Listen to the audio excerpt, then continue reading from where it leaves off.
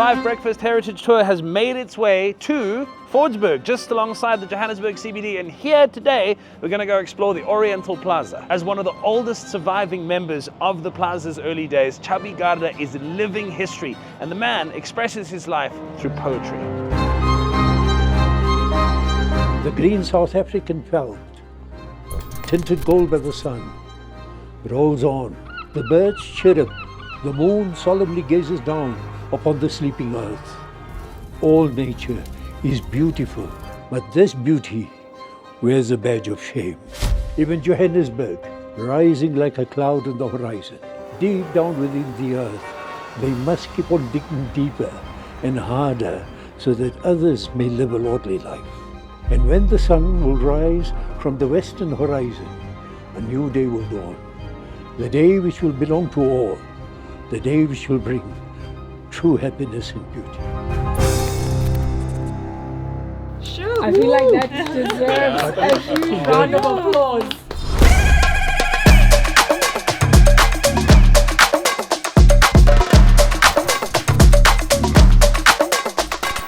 We then came to Midrand to meet the one and only Chef Andile, who used to cook for our former president, Nelson Mandela. It turns out all you need to be a global icon is a good diet. This is ox tongue. This product is one of the things that sells like there's no tomorrow. Just dust it a little bit with my secret concoction. You dig that, Tabo? Absolutely. It's on fire. See what I did there? It's on fire. Come on, that was cool. Chef, that's legit amazing, man. This is a dish that I used to cook for the great man, Madiba. I just cook the food as I love cooking food. And boom, today I'm cooking for the Breakfast 5.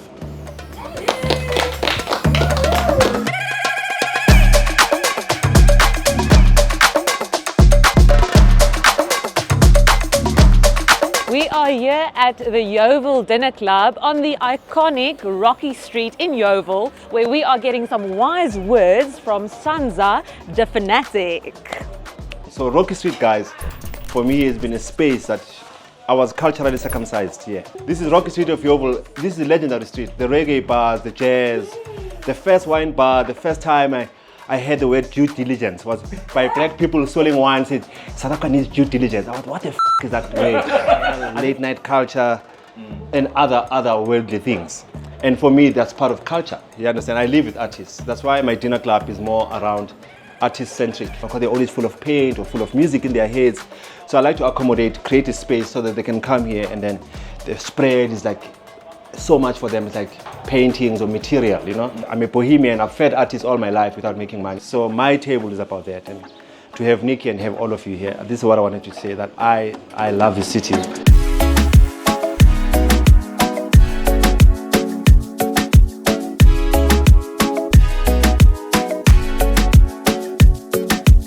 Soweto is way more than Vilakazi Street, is way more than our political history.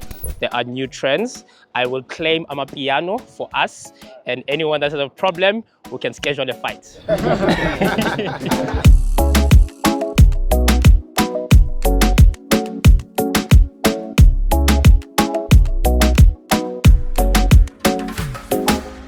You look very worried, please don't. I'm very worried. This is the front brake, this is the back brake. Once you push, you start cycling. Then you Okay, start please pedaling. just hold me. I am very. Ah! Stingy, go! Not good. So when you don't pedal, the bike won't move. Okay. There we go. You pedal. Okay, wait. No! Diniko, where are you? Diniko!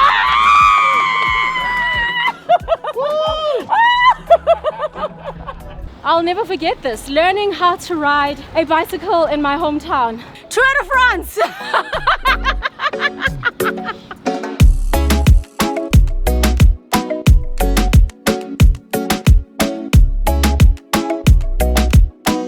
This is Albertina Sisulu's wall. Albertina Sisulu obviously was married to Walter Sisulu. When they got married, Nelson Mandela was the best man at their wedding. Personally, I believe women don't get as much credit as they should, especially in our history, but women played a very, very important role even during those times. There was a protest in '76 with the students boycotting learning in Afrikaans. So where we are standing, we call this the confrontational corner. That is where the young man by the name of Hector Peterson got shot. Behind me, this is Winnie Mandela's house. When Nelson was offered a beautiful big house in the north part of Johannesburg, Winnie refused to move. She believed that it will look like a betrayal to the rest of the people that voted them into power. So she stayed here.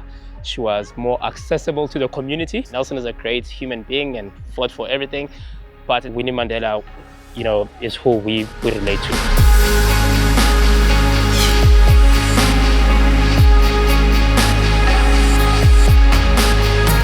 Sure, just a little over 3 weeks of the heritage tour, and the one thing for me that has really stood out is just how much we need to be vulnerable in order to learn from other people. Getting on a bicycle for the very first time, jumping off that rock at Tsitsikamma, getting on a kayak in Langebaan, and it has shown me that when we share, we learn so much more about one another. You know we have a country that's so rich in diversity, whether it's our natural beauty, the landscapes, our people, our cultures, languages. Ek het weer 'n huppel in my stap. I have a skip in my step again. Like, this tour was really, really special, and I love South Africa. I remember watching how each piece of landscape would change with every different shade of the sun as we were driving, and I remember thinking, there's something almost mystical about this. It's the landscape, it's the culture, it's the people. You are in this different setting that exposes so much out of you. That's definitely what Heritage Tour has done for me. In order to uplift an area or a people or a culture, you have to get investment into it. And in a nutshell, that's, I think, most pertinently what the point of the Heritage Tour is. Tell South African stories in a way that's compelling so as that people care, so as that we can invest in this country that we can all agree that we love. And this year, just like every year, we did that.